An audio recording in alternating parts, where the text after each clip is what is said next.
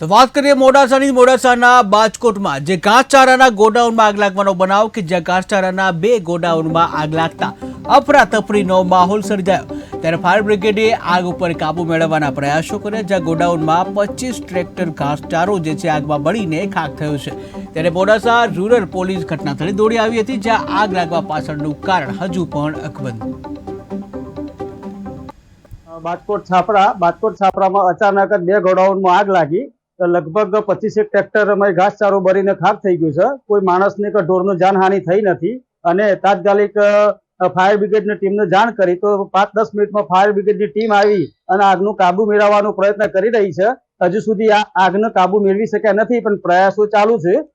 बाजकोट गामना वतनी कोदरभाई दुराभाई राठोड અને જેસાભાઈ दुराभाई राठोड आ बंने भाईओનું गोडाउन बाजू-बाजूમાં બનાવેલ અને બંનેને કઈ રીતે આગ લાગી એની જાણ હજુ સુધી થઈ નથી અને પોલીસની ગાડી પણ તાત્કાલિક ધોરણે આવી પહોંચી છે। અત્યારે હાલ ફાયર બ્રિગેડની ટીમ એમને યુદ્ધના ધોરણે પાણીનો છંટકાવ કરી આગને કાબુ